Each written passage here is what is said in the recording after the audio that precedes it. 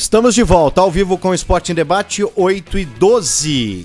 E temos um convidado na linha mais do que especial, treinador de futebol, Marcelo Cabo, com 57 anos, natural do Rio de Janeiro e com passagens importantes aí por equipes do futebol brasileiro que a gente vai relembrar aqui, né? Mas Atlético Goianiense, Vasco da Gama, a minha Ponte Preta também como auxiliar do Jorginho e depois seguindo também essa carreira de treinador. E o Marcelo Cabo conversa com a gente ao vivo aqui, 8h13, no Esporte em Debate da Rádio Bandeirantes. Tudo bem por aí, Cabo? Um abraço para você, um prazer conversar com o amigo aqui no microfone da Rádio Bandeirantes do Esporte em Debate. Como é que tá? Boa noite, Paulo. Boa noite, Bruno. Boa noite a todos os ouvintes do Esporte em Debate. Obrigado pelo convite, é um prazer participar do programa. Ô Cabo, o seu último trabalho foi no CSA, agora em 2023, na Série C, é isso mesmo? Isso, né? Eu finalizei a temporada de 23 trabalhando aqui no CSA. Como é que foi a temporada para você, de modo geral? A gente sabe que, eu costumo dizer que a Série C é o campeonato mais complicado que a gente tem, né? Dentro desses nacionais aí, porque você tem grupos, você tem mata-mata, você tem quadrangular, você tem tudo para chegar ali no objetivo principal, né? Principalmente de uma equipe como o CSA, que é o acesso, né, Cabo? É uma competição bem complicada de se disputar, né? Foi uma temporada até boa. Eu iniciei no Remo, né? Onde a gente conseguiu, logo no início da temporada, ter 10 jogos de sequências de 10 vitórias.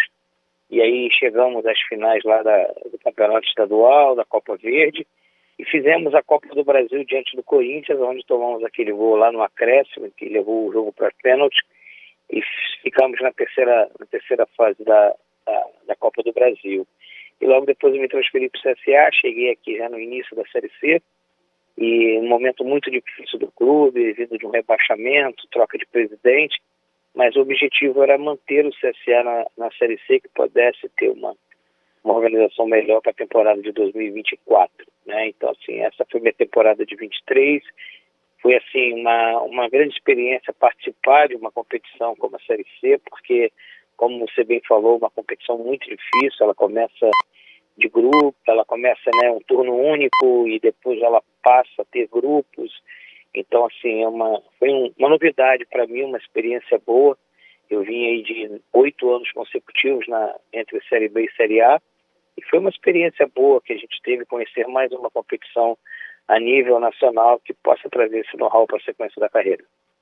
Cabo, quem tá falando aqui é o Bruno Migliozzi, novamente obrigado por atender a gente aqui no Esporte em Debate. Ainda sobre a temporada de 2023, o seu retorno ao CSA, num time que você teve uma temporada brilhante, né? Quando você conquistou o acesso à Série A do CSA na sua última passagem. Em 23, você chegou até a se emocionar, né? Após um tropeço, acabou sendo uma campanha um pouco mais dolorida. Como que você lidou com isso nesse retorno? Porque você tinha, né, um carinho do torcedor do CSA em Alagoas e acabou não conseguindo, de certa forma, atingir o principal objetivo, mas ainda assim deixa aí algum legado por lá, né? Sim, eu tive uma passagem, né, 2018, 2019, muito boa pelo CSA, onde a gente teve o acesso para a Série A depois de 30 anos, conquistamos um bicampeonato estadual de 2018 e 2019, e aí eu fiz o primeiro turno da Série A de 2019. E no momento que me convidaram para retornar agora em 2023, eu precisava, nesse momento, atender o pedido da diretoria, né, e pelo carinho que eu tenho pelo seu torcedor, para que a gente pudesse tentar, né, uma busca, um acesso. A gente já tinha entendimento que era muito difícil, o clube vinha de 4 treinadores na temporada, 4 executivos, vindo de um rebaixamento, troca de presidente, e existia um temor muito grande até que acontecesse com o CSA, o que aconteceu com a América de Natal, né, um suposto rebaixamento. Então a gente sabia que não era tão fácil um acesso, mas a gente precisava estabilizar e deixar o clube na divisão que estava. Então, assim, é uma questão de gratidão, de atender o pedido da diretoria naquele momento, pelo laço que eu tenho com o clube, por tudo que eu passei aqui dentro do CSA. Eu acho que poderia dar uma contribuição e acabou assim, a gente não tendo possibilidade de acesso, mas permanência do clube onde pudesse dar uma estrutura de planejamento melhor para 2024. Ô Cabo, e como você projeta 2024 com relação a esse início do ano, até foi falado o seu nome no Náutico algumas semanas, existe algo já para iniciar a temporada comandando algum time ou não? Eu tive um convite do Náutico, né, onde eu declinei não aceitar, porque assim, eu tinha um movimento claro de plano de carreira para que eu desejo de ir para o exterior, né?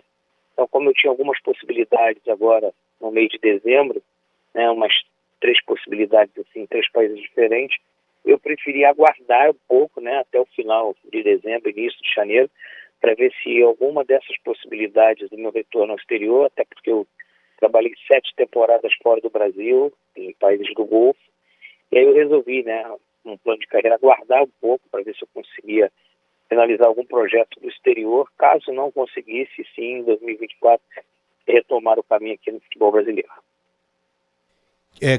Qual seria o seu, assim, na sua cabeça hoje, o principal objetivo? Óbvio que tem a parte financeira, que é importante para todo mundo, mas o que você busca em retornar ao trabalho fora do Brasil, Cabo? Eu tive uma carreira, né, fora do Brasil, de 3 anos na Arábia Saudita, na seleção da Arábia Saudita, tive 2 temporadas no Kuwait, mais 3 no Emirados, e eu retornei ao Brasil em 2014, onde agora 2024 eu completo 10 anos, uma sequência de um trabalho no Brasil. Então, eu conversando com a família, conversando com as pessoas que trabalham comigo, a gente entendeu que era o momento de uma possibilidade de ir para fora do Brasil, né, e dar sequência aquela carreira que eu interrompi em 2014. Se isso vier a acontecer, a gente pretende, né, o meu mercado é um mercado da Ásia, né, eu trabalhei por muito tempo no Golfo, né, mas hoje eu tenho algumas possibilidades, né, da outra parte da Ásia, ali naquela área de Japão, Coreia, Tailândia e alguns países ali. Eu tenho algumas possibilidades, então eu resolvi aguardar até o final de dezembro para ver se uma delas viabilizasse para que eu pudesse ir para fora do Brasil. Caso eu não consiga, aí a gente volta a focar no mercado nacional para que a gente possa retomar o trabalho aqui no Brasil. E, Cabo, a gente tem alguns exemplos, né, de técnicos que estão já há bastante tempo atuando fora do Brasil. O Péricles Chamusca, o principal exemplo, aí o Jardine, que está agora no futebol mexicano. Você, como um treinador que, como você falou, vai completar 10 anos de trabalhos consecutivos aqui no futebol brasileiro, o que você percebe que o futebol brasileiro deve em relação aos técnicos para que vocês consigam desenvolver o trabalho, e o que leva também esse interesse de alguns treinadores brasileiros de, levar a carreira para outros países e também levar o conhecimento que tem do futebol brasileiro, que é um dos maiores do mundo, para países aí, às vezes, de um mercado ainda em desenvolvimento? A gente tem profissionais, né, treinadores no Brasil muito capacitados. O mercado brasileiro tem um mercado de muitos treinadores, né? Então, assim, quando a gente pensa em viabilizar uma possibilidade de um trabalho fora do Brasil, é que a gente também possa abrir mercados também, né? A gente vê o Jardine agora com muito sucesso lá no México, a gente vê o Thiago teve um bom trabalho lá no Peru, e agora tem o Chamusca, né, com excelente trabalho na Arábia Saudita. Os treinadores brasileiros também têm essa possibilidade de abrir mercado fora do Brasil. Então eu acho isso muito bom, que a gente possa ter essa possibilidade também de prospectar nossa carreira, expandir ela, né, para outros mercados, principalmente fora do Brasil. Então, assim, a gente viabiliza, tem um know-how, uma experiência boa fora do Brasil e algumas possibilidades. Eu acho isso muito bom, o treinador brasileiro voltar a esse mercado do exterior para os treinadores brasileiros. Dentro disso, isso envolve muito uma discussão, o Cabo, com relação a essa presença de alguns treinadores estrangeiros aqui, principalmente os portugueses, os sul-americanos de modo geral, né? Muitos clubes vêm apostando, até clubes às vezes de segunda divisão e tal. Alguns casos a receita dá muito certo, né? Acho que eu nem preciso ficar citando quais. Outros também a receita não dá tão certo assim, o santo não bate, enfim, o treinador tem toda uma questão de adaptação e tal. Como que você enxerga hoje? Muito treinador, inclusive o parceiro seu, que você foi auxiliar por muitos anos, o Jorginho, ele bateu muito contra até a figura do Abel Ferreira. E o Abel acaba sendo talvez o exemplo de maior sucesso no Brasil hoje de um treinador estrangeiro, né? Até por conta de tudo que vem fazendo no Palmeiras. Mas o Jorginho acabou sendo uma voz ali de conflito, talvez, com relação a isso. Na sua visão, existe talvez hoje um superdimensionamento dessa questão do treinador estrangeiro, uma supervalorização do profissional só por ser estrangeiro e uma subvalorização do profissional brasileiro? Ou você acha que essa é a realidade mesmo, que os treinadores estrangeiros eles têm esse espaço no Brasil porque talvez o treinador brasileiro precise se qualificar melhor, Cabo? Eu acho que o treinador brasileiro ele é muito qualificado, né? Eu costumo dizer que eu tenho uma visão diferente de alguns companheiros de trabalho. Eu acho que treinador a gente não tem que olhar o passaporte, a gente tem que olhar a capacitação, o que ele se preparou para quando tiver a oportunidade dele, ele aproveitar. E alguns treinadores aproveitaram. É claro que o Abel tem um trabalho, né, ímpar aqui no Brasil, o Jorge Jesus, o Vojvoda. Eu vou te dizer, esses três, em termos de resultado, foram os que tiveram mais êxito, mas também tiveram bastante treinadores estrangeiros com muitas oportunidades aqui que não tiveram o mesmo êxito, os mesmos resultados que esses três que eu acabei de mencionar. Então, assim, eu não vou dizer que eles são super estimados, a gente, né, e seja diferente disso, treinadores brasileiros. Eu vejo treinadores brasileiros aí também com trabalho relevante, com trabalho de muito sucesso, jovens treinadores experientes. Eu costumo dizer que quando você tem sua oportunidade, você tem que trabalhar e aproveitar. Isso é que o Abel fez no Palmeiras, o Jorge Jesus fez no Flamengo, o Vojvoda fez agora, está fazendo no Fortaleza. Os treinadores brasileiros também estão tendo que aproveitar as suas oportunidades e têm aproveitado aí. Você viu o trabalho do Renato esse ano, vice-campeão brasileiro, Diniz campeão da Libertadores, o Dorival campeão da Copa do Brasil, o Filipão agora com um trabalho de recuperação formidável no Atlético, né? A gente pega agora o Carpini fazendo um grande trabalho, um jovem treinador que teve um ano fantástico. Então, assim, é um espaço democrático, você tem que se preparar, você tem que estar preparado para quando a oportunidade aparecer, aproveitar. E eu sempre digo, cara, todo treinador estrangeiro é bem-vindo, a gente aprende com eles também, a gente tem conceito que eles trazem e a gente tem que saber também lidar com o convívio com os treinadores estrangeiros.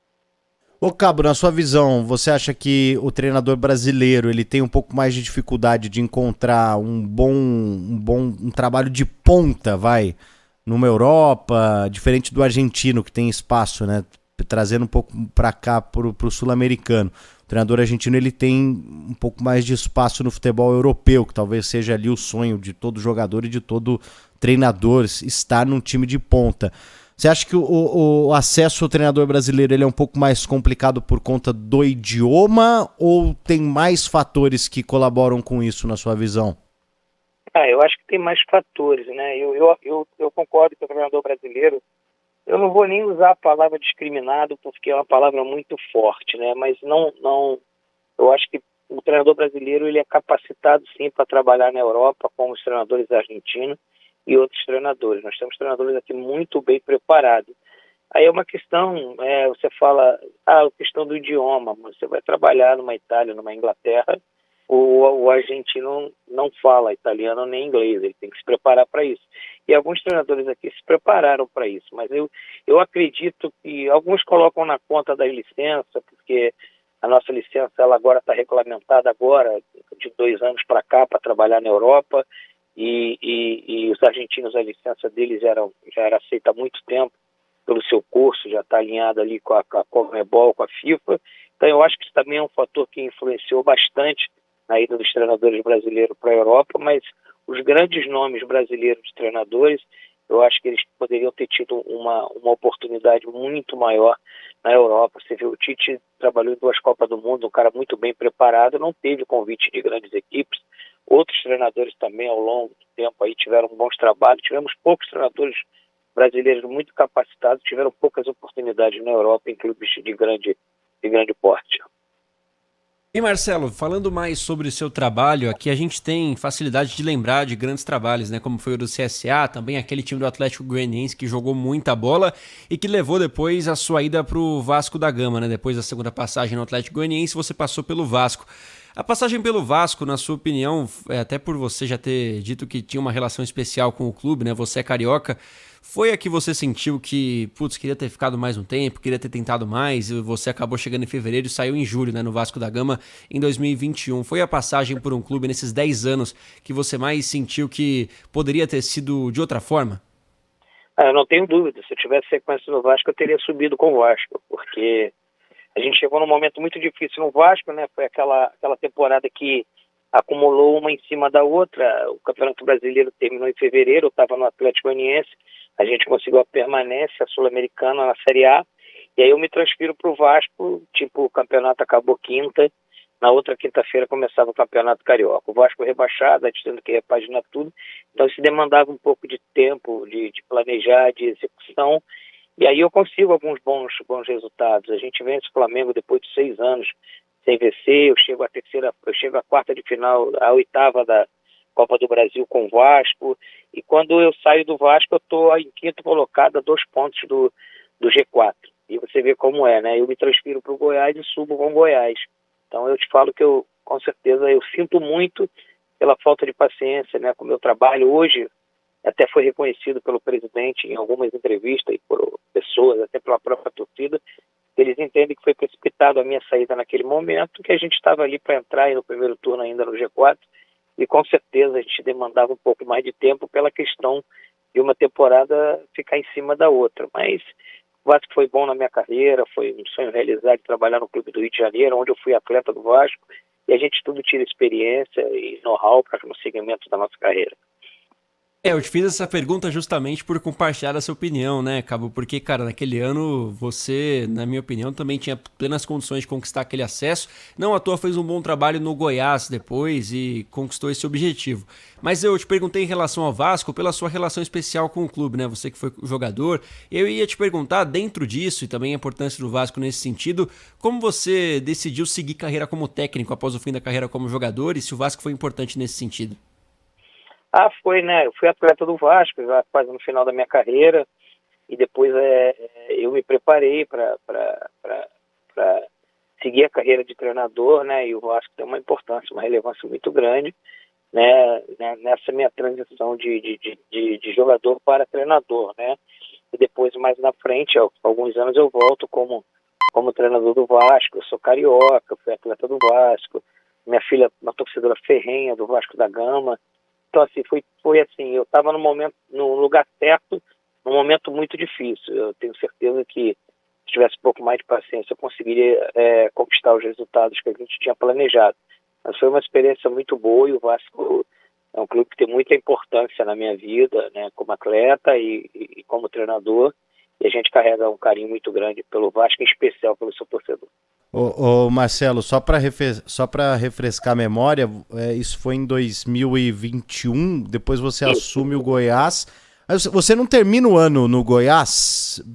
Não, eu saio faltando 5 rodadas, porque eu tive um problema com o presidente, né? O time estava no G4, já estava em terceiro colocado. O time vinha muito bem, com uma gordura boa, mas nos últimos 5 jogos eu tive um problema lá com o presidente, ele fez uma interferência lá na escalação. Eu acabei não aceitando essa interferência, faltando 5 rodadas eu acabo saindo. E engraçado que nesse mesmo período, né, eu subi com o Goiás, saí faltando 5 rodadas, eu vou para o Atlético Goianiense faltando 8 rodadas, eu tenho na Série A 8 jogos de invencibilidade e a gente perde a vaga na Libertadores no saldo de gol para o América. Então foi um ano muito especial na minha vida, né? Eu começo no Vasco, a realização de um sonho, subo com o Goiás e depois eu vou no Atlético, faço os últimos 8 jogos, onde eu tenho 8 jogos de vencibilidade, 4 vitórias, 4 empates, e a gente perde a classificação inédita para a Libertadores no saldo de gol para o América Mineiro. Que foi essa questão? O que dá para detalhar sobre essa questão com o presidente do Goiás? Porque é uma coisa assim absurda você abrir mão de um treinador restando 5 rodadas. Que dá para relembrar dessa confusão por lá, Cabo? Foi a véspera de um jogo, ele mandou, que pediu que eu trocasse um jogador, faltando 2 dias para o jogo, depois de eu ter trabalhado uma semana toda a equipe, e aí eu falei que não daria, não trocaria, e aí eu fiz o jogo, depois de 2 jogos, né? Eu fiz o jogo, venci, e depois de 2 jogos, faltando 5 rodadas, a equipe já estava, né, como a gente diz, já com acesso bem encaminhado, e aí faltando 5 rodadas eu acabo sendo demitido e fazendo uma campanha assim muito, mas muito boa com o Goiás. Então, eu lamento muito, foi uma questão eu fiquei muito entristecido porque eu fazia um grande trabalho diante do Goiás e finalizar aquele acesso seria muito legal, mas eu tenho dentro de mim, no meu coração, que eu tenho acesso pelo Goiás, porque eu dirigi mais 19 rodadas do Goiás e colaborei bastante junto àquele grupo maravilhoso, junto com o pessoal que trabalhava com a gente, esse acesso. E, Cabo, a gente está relembrando aqui alguns trabalhos, várias passagens boas na sua carreira. Nesse momento de, reta final de temporada, já tem alguma procura de time brasileiro? Ou você segue segurando e não querendo nem ouvir e pensando no exterior? Não, agora nesse momento não, né? Já está tudo muito bem encaixado aí, tanto Série A, Série B, né? Até a própria Série C, que é o mercado que está crescendo para os treinadores brasileiros. Você vê aí que tem treinadores aí com acesso de Série B para A, com bons trabalhos até em Série A, trabalhando hoje na Série C, que é um mercado que vai absorver bem os treinadores brasileiros. Mas eu tive sim, no final de novembro, início de dezembro, uma proposta oficial, tive possibilidades, mas eu declinei a aguardar essa possibilidade de ir para o exterior de novo. Mas nesse momento não tem nada em vista, né, em termos de futebol brasileiro. Eu acho que o início da temporada já estão todos bem encaminhados, e aí a gente vai aguardar, né, a sequência do início da temporada, alguma possibilidade, né, de um bom projeto para que a gente possa escolher e trabalhar na temporada de 2024. O Cabo, dentro do seu perfil de treinador, desse problema que você teve com o presidente do Goiás, e aí depois você vai pro Atlético Goianiense, né, um rival do Goiás que você já tinha até passagem e tal, e faz sucesso, e a gente sabe também que o Atlético Goianiense tem um presidente, né, um mandatário, o Adson, que é bastante emblemático, assim. Como é que é a sua relação, assim, porque você me parece um treinador convicto, que não aceita essa questão meio de ingerência, do que é da área do presidente, do presidente, da área do treinador ali, o vestiário é do treinador. Você já teve muito conflito, assim, dentro desse mundo de futebol com presidentes? Acho que com o Adson você acaba tendo até uma relação boa, mas com o presidente do Goiás talvez tenha sido ali uma ruptura completa, né? Tem algum clube que você teve muita dificuldade de trabalhar por conta dessa relação com quem manda, Cabo? Não. O Adson, trabalhei com ele 3 vezes, fomos campeões brasileiros juntos em 16, eu volto em 20, faço o segundo turno da Série A, e a gente livra o Atlético do rebaixamento e vai até a Sul-Americana. Em 20, fazendo um segundo turno completo, e eu volto em 21 nesses 8 jogos.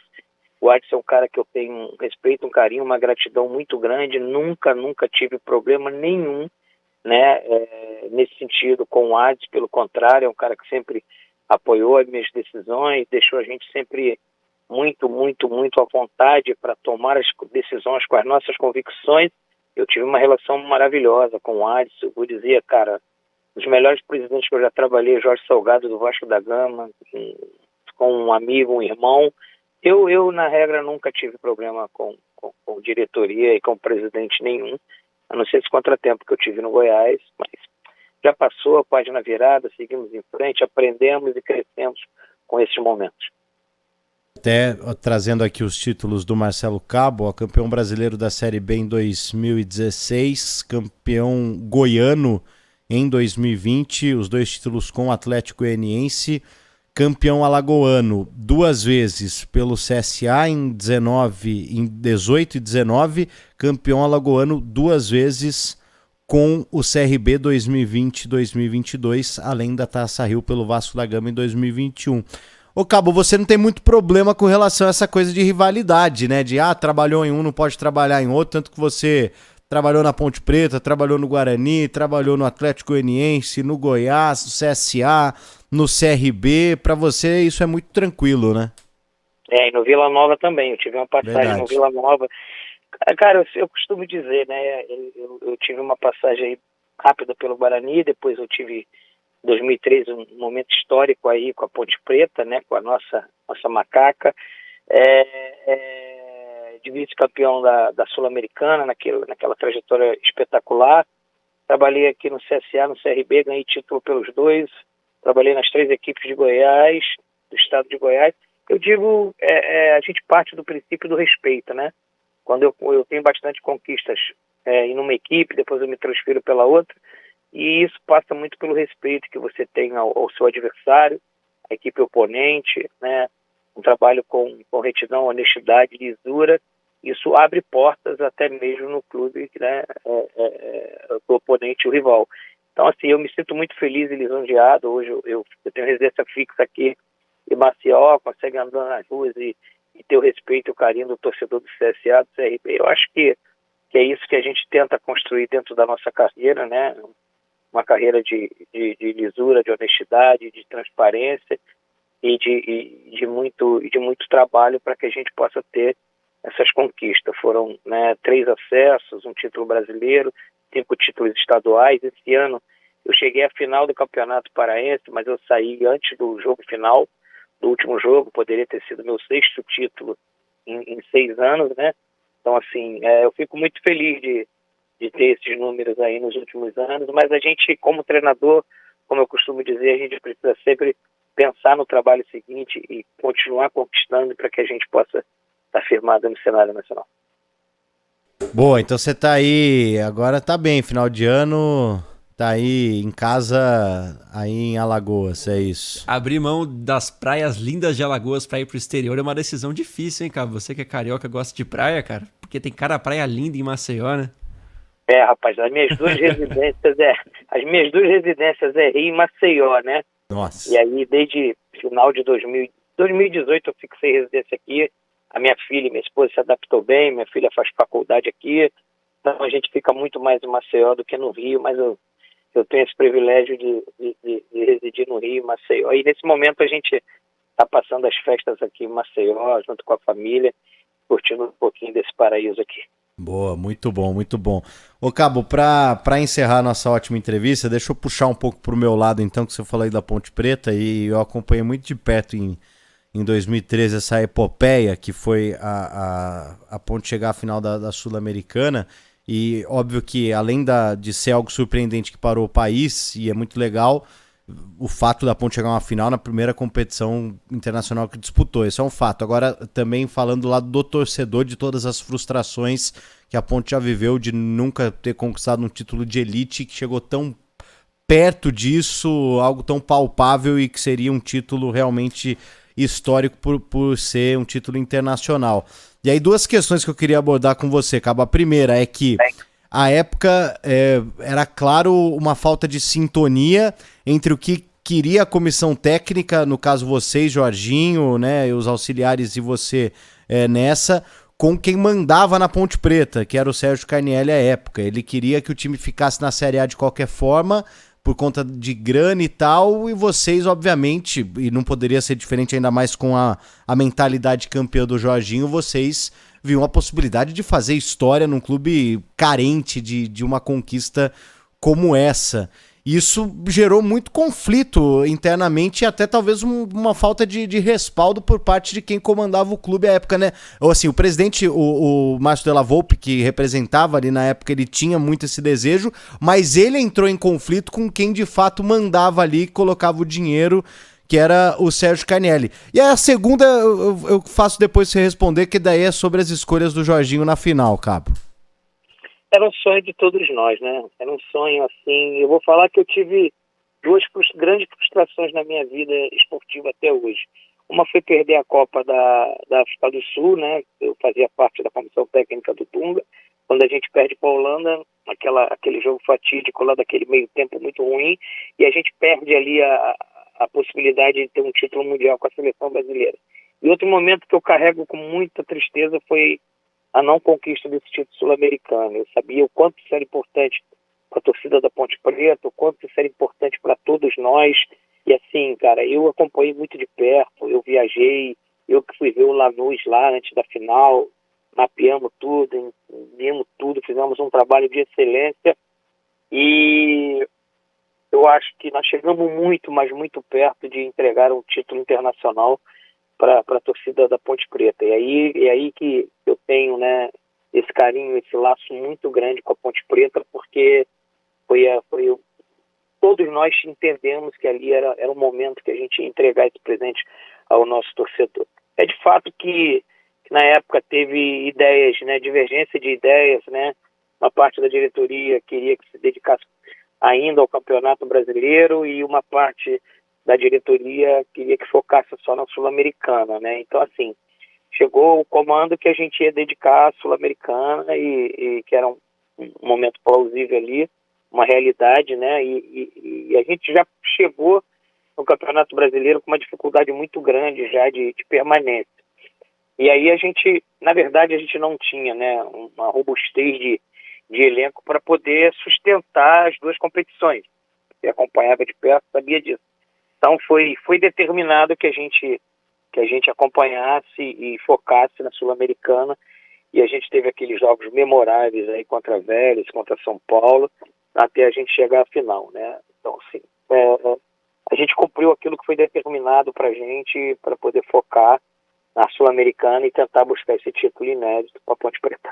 E aí vale a gente rememorar aqui, ó, a escalação da Ponte: Roberto no gol, Arthur, César Martins, Diego Sacomã, Wendel, lateral esquerdo, que depois jogou em Corinthians, Internacional, Baraca, volante, Fernando Bob, volante, teve muito destaque essa temporada, inclusive contra o Vélez, marcando um gol histórico, talvez um maior gol da história da Ponte Preta, lá na Argentina, né, do Chapelito.